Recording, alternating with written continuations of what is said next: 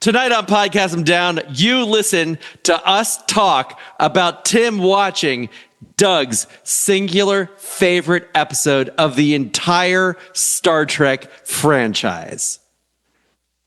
Podcast them down. Hail, Metal Nation! That was Matt. I am Tim, and that's Doug. And this is Podcast Them Down.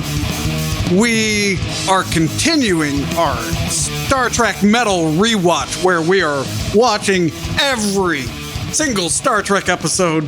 So we are in, the original series, season 2. And what's the episode?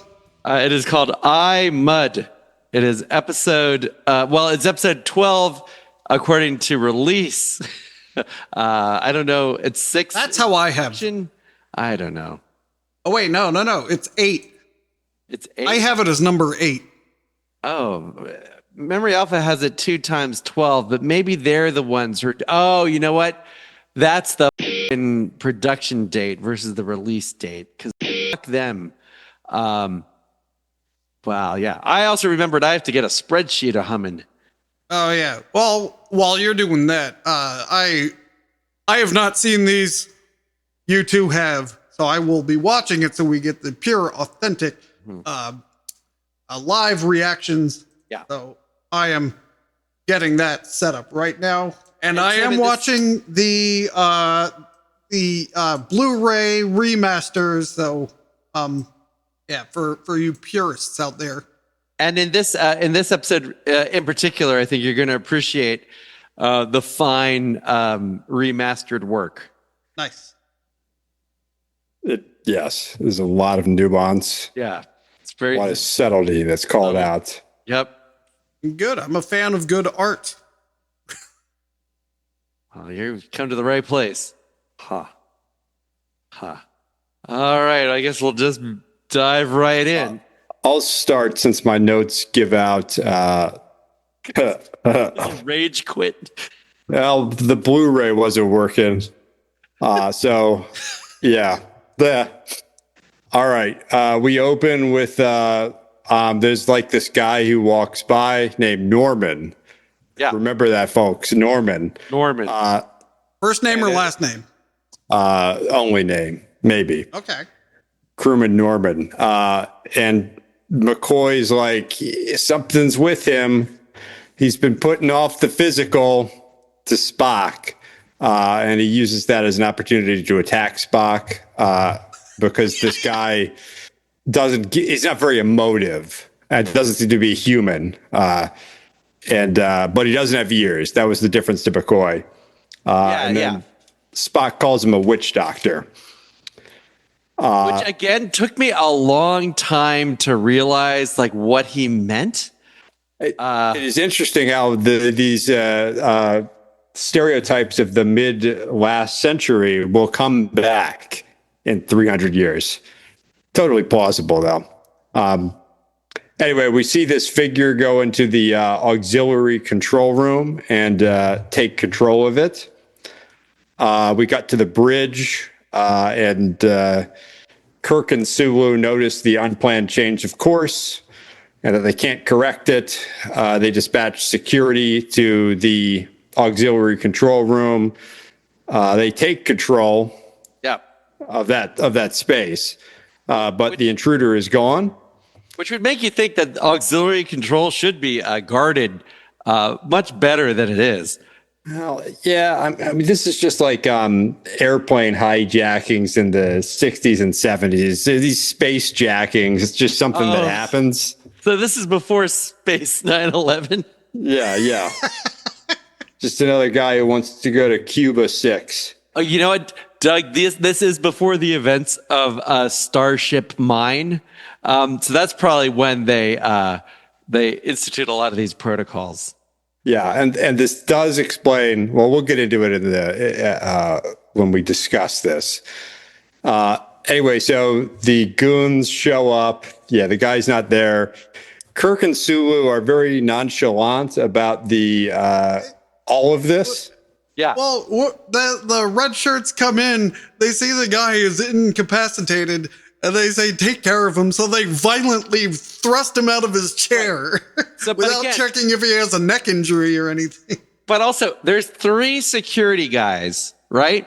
Then 1 incapacitated crewman. 2 of them rip the guy out of his chair and drag him away, leaving 1 person alone. So I thought, of course, crewman Norman's going to come up and give him the old back of the neck karate chop. But that doesn't happen. No, yeah. After Sulu and Kirk are like, unplanned change of course.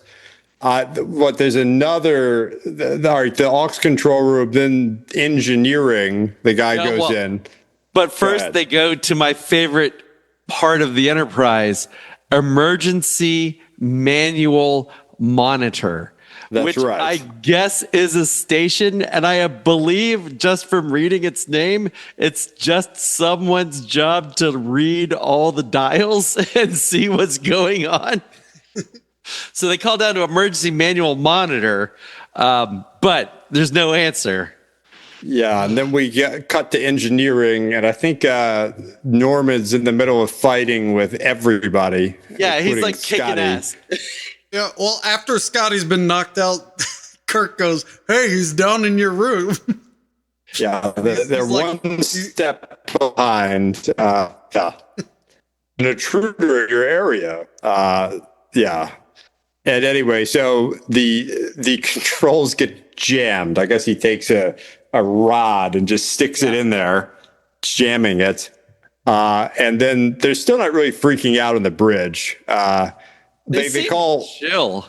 yeah, they finally call Spock up there, which sure. But meanwhile, the ship is turning and warping. Anyway, Spock shows up. Then Norman just walks in and says he's in total control of the ship. Yeah, and he longingly caresses Kirk's bicep for a while. Yeah, they have an exchange. There's going to be a lot of that in definitely- this episode. They definitely look deep into each other's eyes as well. And he reveals that he has done something where he is.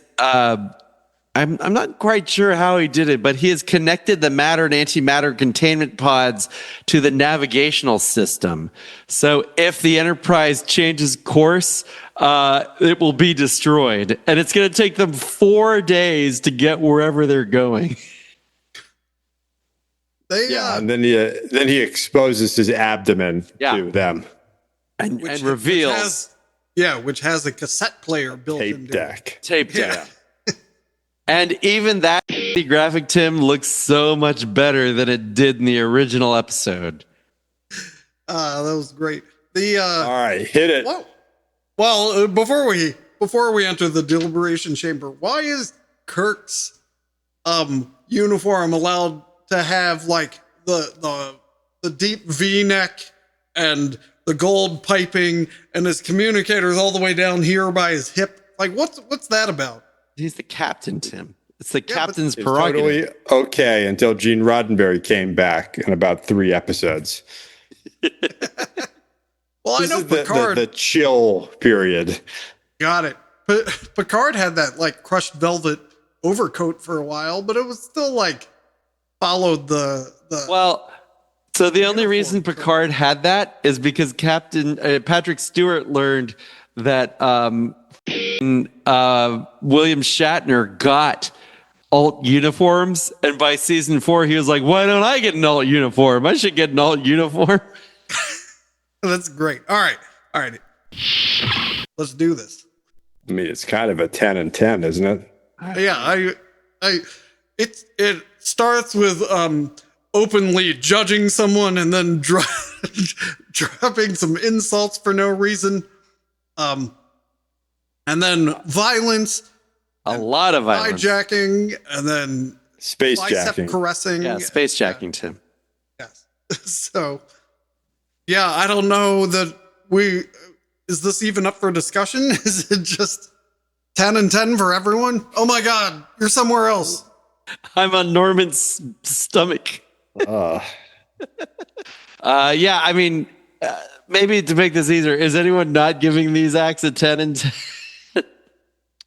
No, and this episode deserves some points. So Yeah, that's, you know what? That is so fair. What a great start. I'm looking forward to Yeah. the rest of this episode, which is definitely going to live up to the the intro, I hope. I believe, actually, hold on, let me do a brief check. Yes, I can definitively say that this teaser is the perfect teaser. It is the highest scoring segment we have ever scored thus far. Well, we got a lot of works. series to go. Yeah. All right. Thus far.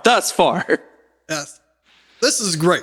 There's no way they can blow this. There's no way they can blow this, Tim. All right, here we go. Am I going to have to update the sound for when we switch series Oh, yeah. Oh, yeah. Oh, yeah. one day? All right. So, oh God. Okay. So I guess they've been waiting for 4 days. Captain's log, stardate 4513.3. After having been taken over by an android, the Enterprise has been underway at Warp 7 for 4 days. Now we are entering orbit around a planet which has never been charted. I have a they know space to travel return to question. exactly the same spots to stand. Yeah. I have a space travel question, though. Yes. All right, so the warp scale is logarithmic, right?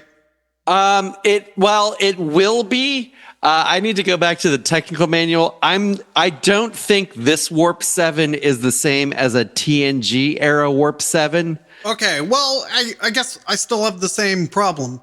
If they're going warp 7, but the ship can go warp 8, wouldn't they like to save a seventh of the time?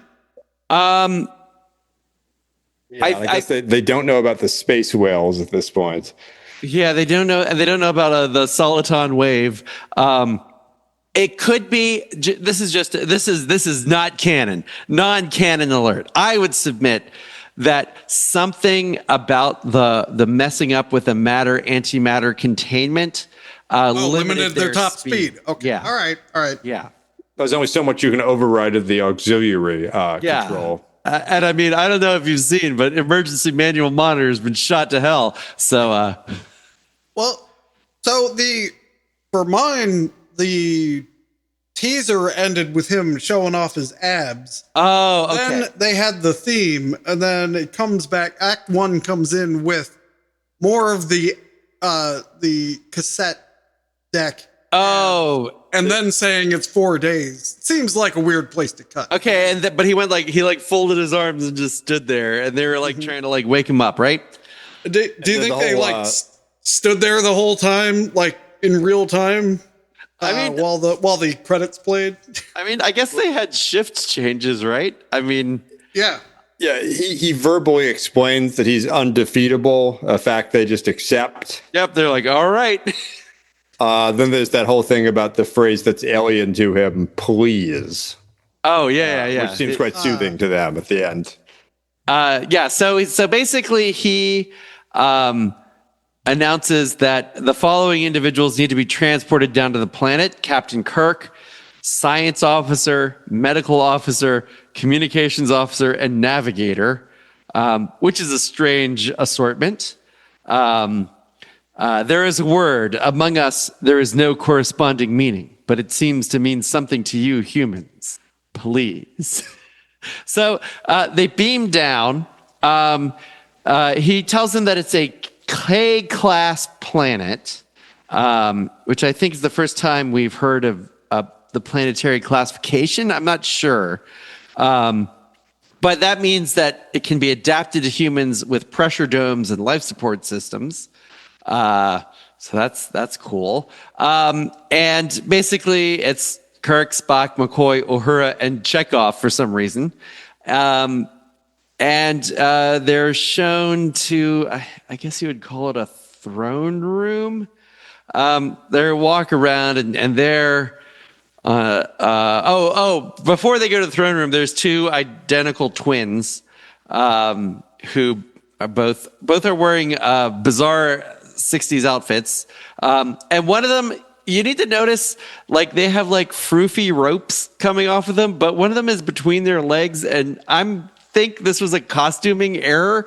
There's no way this is the way this costume should have been worn. But I think these stupid twins don't know how to wear their dresses.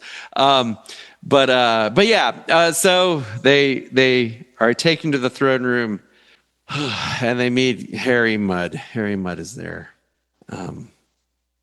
Who? And Kirk tries to call up to the Enterprise, and one of the ladies crushes his communicator. Which, if you're gonna have sexy twins in your court, I guess, I wouldn't want their grip strength anywhere near. and they're trying to do a lot of like double photography things. So they're doing this whole thing where they've like have the twins, but they've also doubled the twins, and they've doubled the twins again with kind of like the camera in camera type things. And it's shaky at one point, even in the remaster. Yeah, I mean they're trying their best. So Harry Mudd is just talks and talks. There is a recap for previous viewers about Harry Mudd and how, if you recall, Tim, I think we only spent 15 minutes on this episode, but he was like a space pimp, and he trafficked prostitutes to some miners. And the Federation signed off on the prostitution because the miners needed women and the women needed something. But he was in jail because he was selling Vulcan fuel synthesizer to Denebians, and then something happened and he escaped. And who cares? Somehow he got on this android planet. And after a lot of talk of space patents for no reason. Yeah. Oh, yeah. There was a whole thing about space patents, and I guess, patent rights are important in the Federation. Property law, intellectual property still matters. He insists on him being called Mudd the First because he's the emperor of the androids. He says laddie buck like a million times. I think he wants to sleep with Kirk. He definitely is very sexually attracted to Kirk for some reason. I mean, the reason is obvious, but yeah. Why does he need Kirk when he has that starship android? But he's got that android guy, you know? Yeah, no, that's true. Who's more attractive than Kirk in probably every way. Except for his cassette deck and his face. Again, they keep talking and keep talking and keep talking. Is something going to happen? Well, let me just read this portion of the Memory Alpha summary because it sums it up much better than I could. Mudd then demonstrates to Kirk and McCoy an android replica of his shrewish wife Stella, kept in a darkened alcove which lights up when Mudd opens the sliding doors. Mudd shows how he amuses himself by telling her to shut up whenever he likes, thereby finally getting the last word with his wife. Okay, so this keeps on going. All the robots have little number things.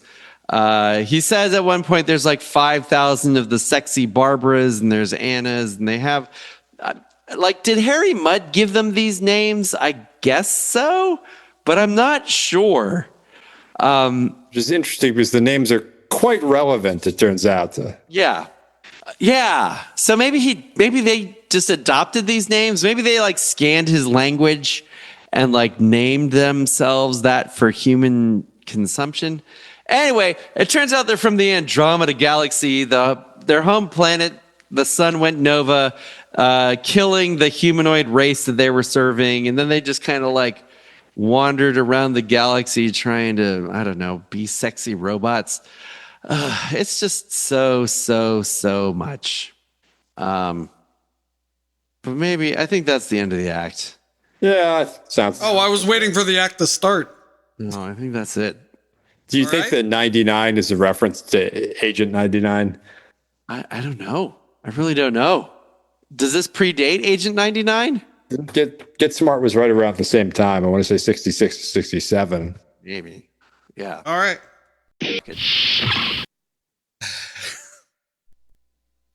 Lots of talking. Lots of talking. Lots of hairy chest.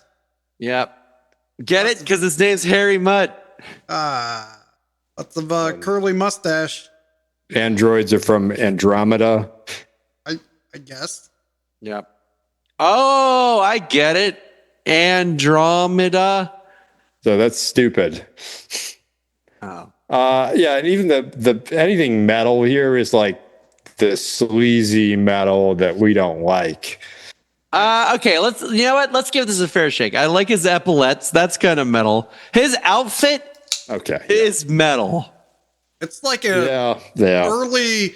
It's like an early Running Wild concept. Yeah. I mean, it's not current metal, but that outfit does exist in the metal spectrum. And the attraction between him and Kirk, fairly metal. Okay, I'm up to 2 points. Yeah, it's all very. Oh, he keeps calling Kirk Motley Crue. He calls him Jamie a lot, which I enjoy. He has a shrine just to be a to. Yeah. He does have a throne room that is fairly metal, and a throne. Okay, I'm up to 3 metal points. Quality 0. I agree. I'm worried this episode is just going to be us agreeing with each other. So we'll find out where this goes. But right now, I'm in total agreement. Spoiler alert for the podcast from Downers out there. Oftentimes, we go longer than the episode. This might be one of the rare ones where Tim still has show to watch, but we're done talking. Oh yeah, you definitely beat the first act. Oh God, they just go on. It's just like. All right, what are your scores, Doug? 3 and 0. All right, man, we're fucking on the same wavelength. Wait a minute. Let me do some checking. Since we have time. Just so you know where we are, he's talking finally about the they came from Andromeda. Okay. And the sun went nova. That's where you currently are. Yeah, I was scrolling endlessly. And of course, they mentioned Andromeda twice. I have breaking news. Okay, this is exciting. Having just given the teaser of this episode the highest ever score of a single act, we have just given the lowest ever score of a single act. But I predict that record will not stand for long. All right. Oh, boy. Oh, man. Okay, there's the androids, Stella. It's important to know, because it will keep going again and again and again, that when you ask, actually Norman said this earlier, why the fuck did they give him his real robot name? I guess robots can't remember their like fake identities. Anyway, when you ask the robot a question that they cannot or will not answer, they respond that they are not programmed to respond in this area. This will definitely come up. When they're in the one room that looks like the airport lounge, it looks like I'm looking for positives. I'm just trying to find them after being so disappointed. Whoa, now he's holding a glowing dong. But before that, they had like the rock walls. They were very nicely lit. At least there was some nice background lighting to look at while they yammered about something. Oh shit! Number one's table is ready. Oh yeah. So he's Norman. It's Norman, right? So Norman is there. He's like the boss. And don't we open by they show McCoy their medical bay, and he's all excited that we could stay here forever. And and then Kirk's like, no. Well, no, they show at one point they show Scotty like the. Oh yeah, Yeah, they show. Well, Scotty shows up, right? So Scotty shows up, and they're a little surprised, like, Scotty, what the fuck are you doing here? And basically, they reveal that they're bringing down all the crew, and so the androids are now removing the crew from the the ship. This female gargantua threw me into the transporter beams. I'm not sure that's how that works. But so they're bringing down the entire crew, and they have a crew of androids up on the ship. Mud is very excited because he now has his own ship, and he plans to strand them on the planet. But it's okay because it's a pleasure planet. And they can get whatever they want. And Kirk is worried how his crew will react in a world where they can have everything they want simply by asking for it. So then we get some wacky bits. So first we have... I don't know. I'd take the early retirement, probably. It's like, first we have, like, Chekhov hanging out with two of the chick bots. And they're like pouring him wine. They keep calling him Lord. Again, they say that they're programmed to function as human females. It's kind of gross sex stuff. But he declares that this place is even better than Leningrad. And he calls Harry Mudd a kulak. Oh, yeah. He calls him an evil-minded, unprincipled, lecherous kulak. Based on what I'm seeing, I think you're in the next act. Oh, we're in the next act? Oh, it. Okay, why don't we just score it here before we get... Yeah, let's just... whatever. All right. Nothing happened. It's a 0-0. Yeah.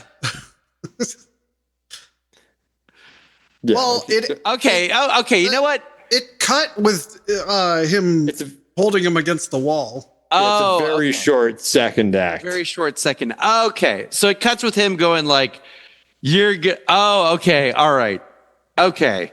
I guess it's metal to trick everyone off of the ship. Like, I guess it is somewhat fiendish, and that might be considered metal. The promise of immortality and eternal beauty is metal. Yeah, but according to Tim, that's not here yet. Oh. No, that happened. The chicks just came up to. Okay. At one point, Scott calls Harry Mudd a bogus frat. That's metal. Okay, I'm up to. I'd give it a 3 metal. Okay, and a 0 quality. Yeah, okay, 3 metal 0 quality. I like it.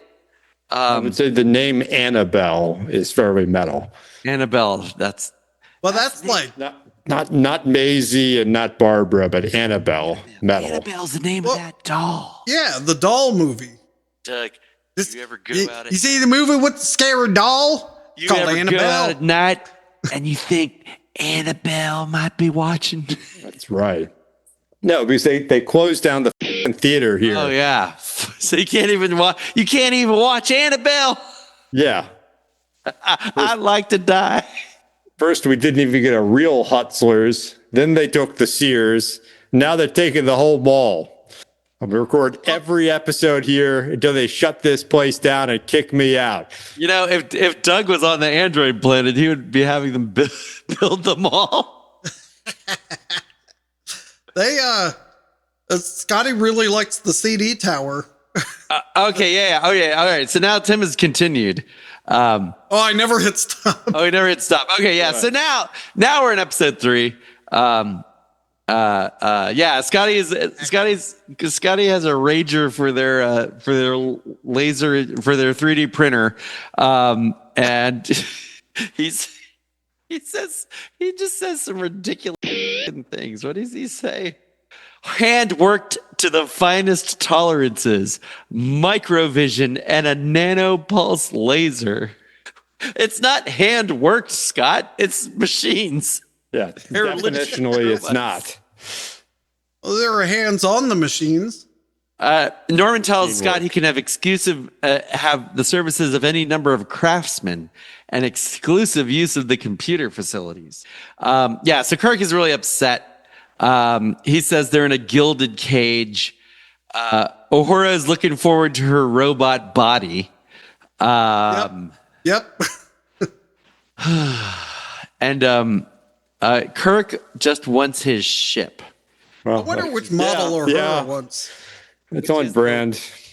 Which is the one thing that the robots can't provide. And quizzically, the robots don't understand what unhappiness is, but they very clearly know what happiness is. We are programmed to serve. We shall serve your best interest to make you happy. And Kirk says, but we're unhappy. And the robot says, please explain unhappy. It's very strange. But there's an important plot point here. So Kirk is explaining that he wants the Enterprise. And as they're trying to contemplate unhappiness, their little number badges start flashing.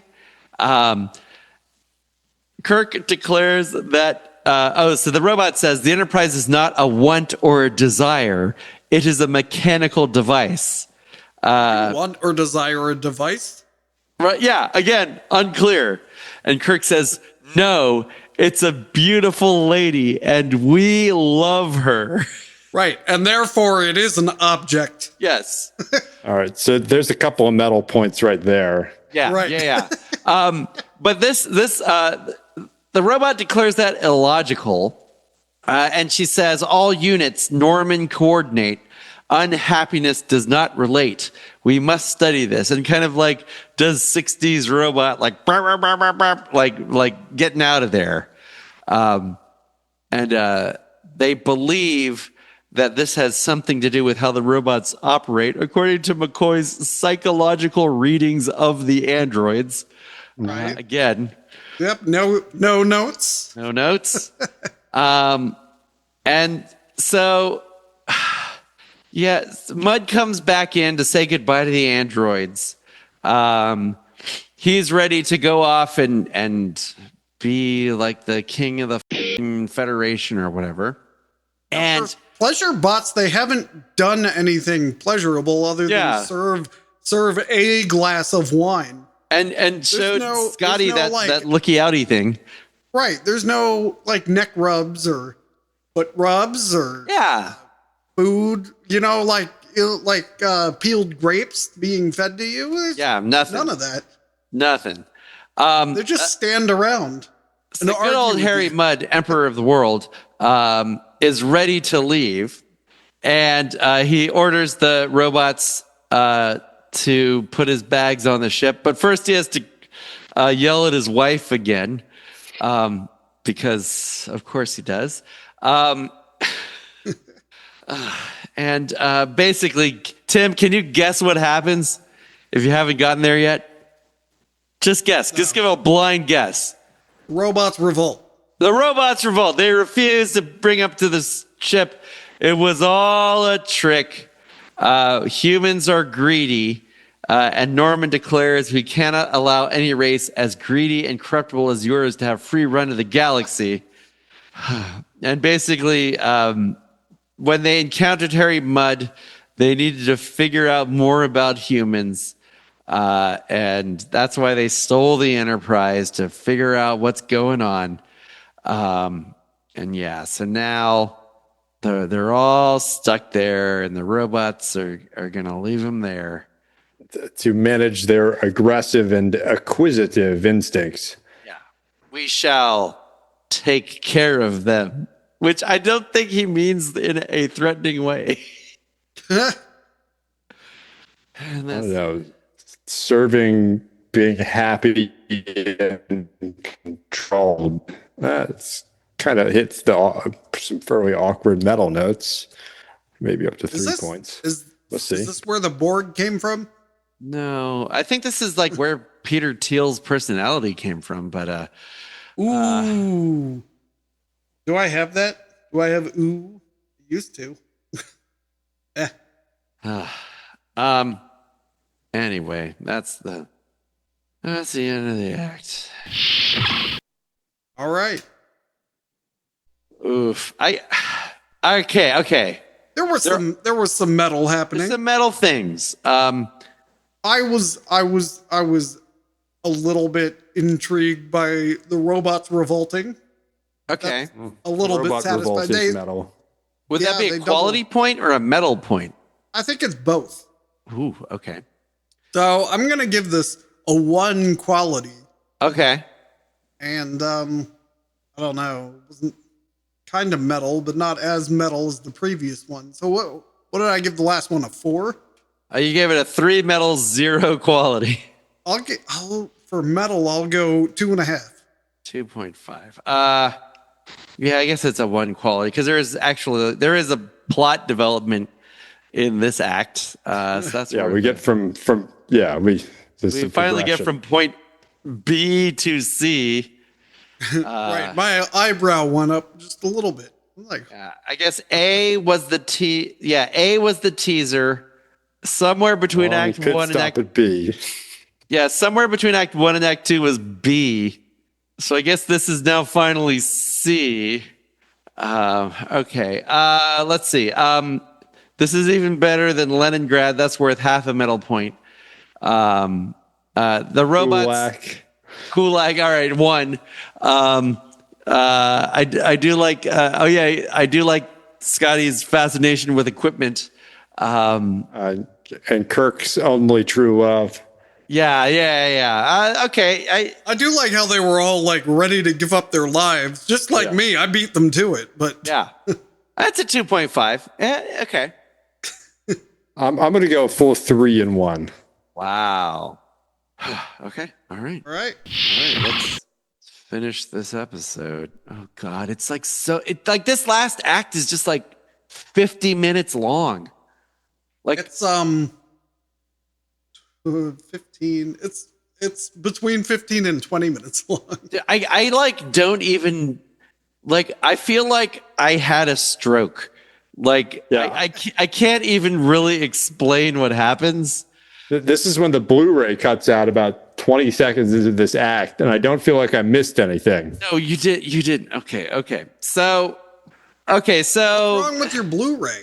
That might be more interesting to talk about than this. I think what's wrong is Doug threw it across the room. No, we talked about this when we watched the Doomsday Machine a year ago. Scratched? So it's the same disc. That's just a pressing error, I assume. Okay, so sent Paramount a letter. There are those rocks again. Very well lit. So, because Harry Mudd is betrayed, now he's happy to join them, and they have to figure out a way to trick the robots. They surmise with very little evidence that all the androids exist as a singular mind, and that Norman is like what would you call it? The executive function. Yeah. So they're like all the other robots are like nodes in this network, but the central locus. The central locus. That's what they call him. Yeah, the central locus is Norman. So they have to they need to get Norman in a logical puzzle because, as we all know, that's how you defeat all robots. So then they hatch an incredibly stupid, insane plan. So fucking stupid. So first they knock out Harry Mudd with a hypo spray, and then the robots come and they tell him he's sick. But by the way, Harry Mudd's passed out like this. Yeah, he does a good job. I mean, the Harry Mudd actor, despite being the worst written character of human literature, the actor is quite good at playing this abominable person. Much better than Rainn Wilson will do it later on. And also, God damn it, really? Fuck that forever and ever. Basically, they tell the androids that he's sick and that he'll die without going to the Enterprise for treatment. But then Uhura betrays them and says it's a trick, and they knocked him out. And the robots thank her. And then the robots leave, and everyone's happy with Uhura. She says that she's betraying them because she wants her robot body. And they're like, oh, we're right on it. And we as the audience are wincing and going, yeah, we're like, what they the really hell? do this to Michelle Nichols again? Like, what the fuck? But then as the robots leave, they're like, good job, Uhura, because they know the robots will know that they'll try to escape somehow. So by having Uhura betray them, the robots now don't suspect. The robots can't contemplate a double cross. Well, it's too complicated, you see. So now they have free reign. Real quick, the guy who played Mud is Roger C. Carmel. Uh-huh. And he did he was in the Berenstain Bears show. Was he Papa? 29 episodes as various voice roles. Oh no. And he was also in The Adventures of the Gummy Bears and DuckTales. Just 4 episodes and 1 episode respectively. But then he was Cyclonus in Transformers the movie, the 1986 movie. Oh, nice. And unfortunately passed away in 1986 as well. One of the multiple tragedies. Well, was he on the call back to Turbo? Wait, was he on the Challenger disaster? All right. Anyway, that's all. Okay. All right. So then they're in the throne room, and I don't even know how to describe what happens. It's like madness. It's madness. They all jump around. They pretend to play imaginary instruments. Chekhov and Uhura are waltzing. The robots are justifiably confused. Kirk says, don't you enjoy the music? And the robots are like, there is no music. And they all start beeping and flashing. Kirk tells Chekhov to stay still, and he does like the Cossack Russian dance. It really is quite something. So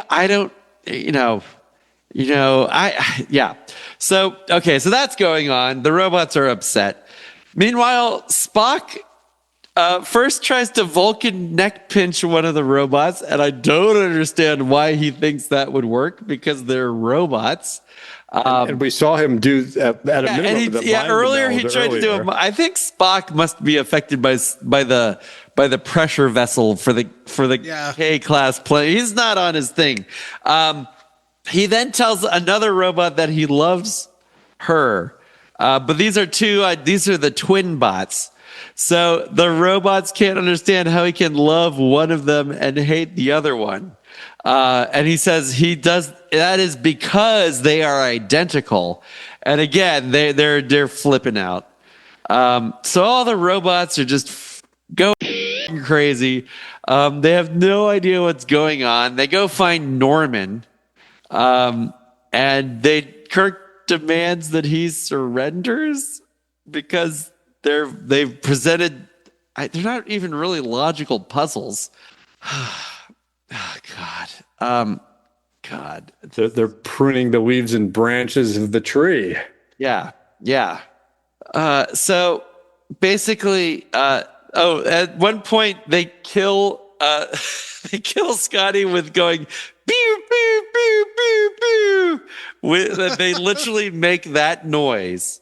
So they kill Scotty with finger guns. McCoy declares he's dead. And Norman's like, you cannot have killed him because you have no weapons. And then again, this goes on and on and on and on. Finally, Mud saves the day because he, again, these robots have never encountered the liar's paradox, apparently. So Mud declares himself to be a liar. And then admits that he's lying. When they have this whole thing where there's like explosives. And there's a big they like. It's just awful. It's horrible. It's like an improv troupe. It's literally just like theater games to save the day. And there's no reason that anyone should be filming this or watching it. But basically, Mudd declares himself a liar, but Norman says he can't be a liar and acknowledge that he's lying, because then that's a lie. If he always lie, and of course his brain starts to smoke, and yeah, so robots defeated. And Kirk doesn't even get to do it, really. Yeah, no. Well, he had it. He gave it to Mudd, but I guess Kirk was the mastermind. We'll have to check if they count this as one of Kirk talking into a computer and destroying itself. I mean, he basically is. Okay, so then there's like a time jump. They're all getting back together. They're cleaning up, and Mudd is ready to go with them. But he learns that they're going to leave him there, and he's like, "What do you mean?" And they're like, the androids are being reprogrammed, and we need someone to study this population of robots. And Mudd says, like, but I'm not a scientist. And they're like, no, you're perfect for it. And okay, Tim, have you gotten there yet? They're talking to Norman. Oh, God damn it. Okay, I want you to predict. Spoil it. Go ahead. I want you to predict how this ends. So they're going to trap Harry Mudd on this planet of robots. What's going to happen? How are they going to end this? Have we established any characters so far erroneous to the plot? Yeah. What's the big reveal? What is Harry Mudd's prison? I don't know. So my brain has been fried by this never-ending act. Okay, they made 500 of his wife bots, and they all just surround him, nagging at him, calling him a conniving toad, asking him if he's been drinking again. You need constant supervision. And he's upset that, so first Stella number 1 comes out, and then Stella number 2 comes out, and then Stella number 500. No, number 500. No. And they're all nagging at him. Kirk says, goodbye. Have fun. That's it. That's it. God, fuck you. Fuck you. Fuck you. Fuck you. Who wrote this? It's a 0 quality, but maybe even a 4 metal. I mean, is that ending pretty metal? I mean, I guess I feel like that ending is like Catskill's comedian. You know, it's like if you were on a metal record. Yeah. Oh. Okay, so Doug, you're giving it a 0 and a 4. Mm-hmm. I'll go 0 and 2. 2. Well, it's definitely 0 quality. I think it's a 6 metal. I mean, they no, you know what? It's a 9 metal. They just blatantly disrespected us. They were just like, you know what? Fuck you, everyone. They took our, they strung us along. They said, this is going to pay off. Don't worry. This is going to pay off. And then what did they do? They just in our hats and made us wear them. And that's pretty metal to me. So it's metal, but not because of what happened, because of right. No, and I think that's important to point out. Something that, the story itself doesn't necessarily have to be metal for an episode to be metal. It's the fact that it happened to you. Yeah. Like that happened and we let it happen. There's a guy on YouTube who does scams, like messes with phone scammers. Yeah, Kit Boga. He messes with phone scammers. And he's been doing AI scammers lately, and he basically broke them kind of the same way they're doing this. Yeah, What he did was like, he said, I'm real big on punctuation. So every time, like, the AI will call you and pretend to be a person and eventually get you to give details or pass you along to a human. But like, what he did was he'd say, like, I'm real big into punctuation. Could you say every comma and period? So then the AI would go, certainly, comma, whoever. But then, it kept having them add multiple periods. And then I think he said, anytime you say a word that ends with O, follow it up with Albuquerque, New Mexico. So then it just got into this loop of just saying Albuquerque, New Mexico until it started hallucinating. So we're living this now. Yeah, well, this is basically... On that note, I was going to say, put it up to a 3 quality for me, because there's a predictive aspect throughout this episode. Like, they didn't get the details right, but yeah, AI hallucinating, the subservience of AI, the way it wants to serve you. And I did think fails it was like to do so. It was like a prescient episode. I do feel like I had just read an annoying article in the Washington Post today about these like scientists at Anthropic. What do we do when our AIs become conscious? Like, they're not. Don't worry about it. There's real human beings who are conscious, who don't have food. Maybe worry about that, holes. But yeah, I also read that and got fear. It's like, what? Why would you care? You don't care. It's like, what if they're conscious? It's like, well, add a 1 to my quality for screwing with the AIs. Okay, all right. You know what? I also will give it a 1. I will give it 1 final quality point just because I hate AI. Well, look at it. They brought out the different models finally. The episode's still not over. Like, yeah, it's so is this when you tell us this was the worst quality and the 3rd most metal episode ever? So this is actually really interesting. Despite the fact, wait, let me do some math here. Despite the fact that 3, 4, 5, 6, despite the fact that 6 zeros were given out. This is neither the worst. This is not the worst metal, quality, or absolute episode. Now, we should mention that if you're going to watch, if you have to choose between a Harry Mudd episode, this episode is leaps and bounds better than Mudd's Women, which is still the worst episode. Oh, are you doing the Stellas? Stellas? You've been overeating again. They're finally coming out. Okay, this episode, in terms of absolute score, is more than twice as good as Mudd's Women. That had a 15%. This is a 36.33% of quality.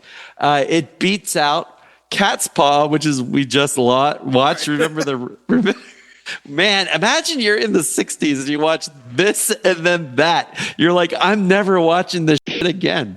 There's so much lead paint you're ingesting. Yeah, and you only have 3 channels. You're like, I'll be back next Saturday. It beat out the Alternative Factor and Shore Leave as well. In terms of metalness, this is not a very metal episode, but it still is almost half metal, 47.33%. It is beating out Tomorrow Was Yesterday, Alternative Factor, Shore Leave, Mudd's Women.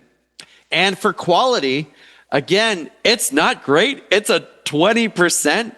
That's an F, kids. But it's still better than Cat's Paw, Alternative Factor, and Shore Leave. So even though this is a horrible episode and you should not watch it, there might be situations in which it's still a better choice than an episode you could be watching. I do really enjoy our mystifying, but I assume completely correct scoring of Shore Leave that keeps coming up. Yeah. Like, what the hell do we watch? The bunny?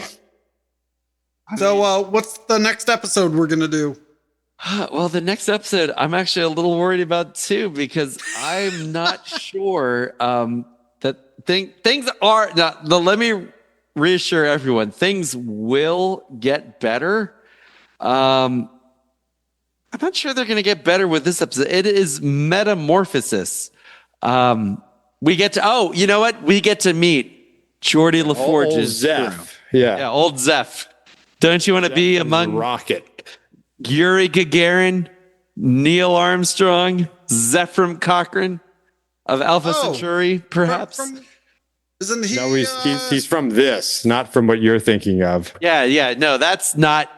No, He's not from First Contact or whatever that Next Generation movie was. I mean, he's in it, but that's not what he's from. He's from this. And this character, you'll get to see the inspiration. Who's that actor? James. You will get to see the inspiration behind James Cromwell's uncanny performance of this character. Well, I would say I'm looking forward to it, but yeah. I mean, I'm sure it'll be better than Mud's Women, probably. Possibly. We'll find out. All right, well, until next time. Metal Nation. See you later. Don't get imprisoned on a planet with 500 androids of your ex-wife. Have you been drinking again? Well, that's none of your business. I actually think it's his current Oh, shit. one. Oh, fuck. I mean, he We have never to start over now. He never says ex-wife, though. I think it's his actual wife, which is even better. Yeah. Good Did you question. explain what happens to her? Did you just leave her behind, or whatever? We'll never I know. left him when he went to jail. I don't know, and I don't want to know. All right. Later. Cast them down.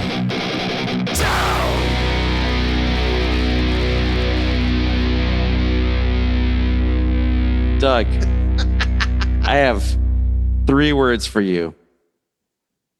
Memory, beta, Stella, Mud. Oh God! Did she also become the president of the Federation? He's like the Borg queen. No, not really. Oh shit, there's Stella Mud android and Stella Mud human. Each gets their own 3-novel cycle. 3, 2, 1. Tonight on Podcast Him Down, we review Doug's singular favorite episode. Oh. Start over. No, I was gesturing. You're good. Oh, okay. Start over. Okay, 3, 2, 1. No, wait. Start over. Okay, 3, 2, 1. Tonight on Podcast Him Down, we listen to Doug's single favorite episode. We listen to. You said it wrong. Oh, fuck. We watch. All right, go. Or talk about. Yeah, because they listen to us. Third time's the charm. Here we go. Tonight on Podcast Him Down, you listen to us talk about Tim watching Dave's. No, fuck you. Start over. You got it. No, this is going to be great. And I'm going to put all this at the end of the episode. Fuck off. All right, go. We'll do it live. Fuck it. Oh, I got that. No, you go. And 3, 2. Tonight on Podcast Him Down, we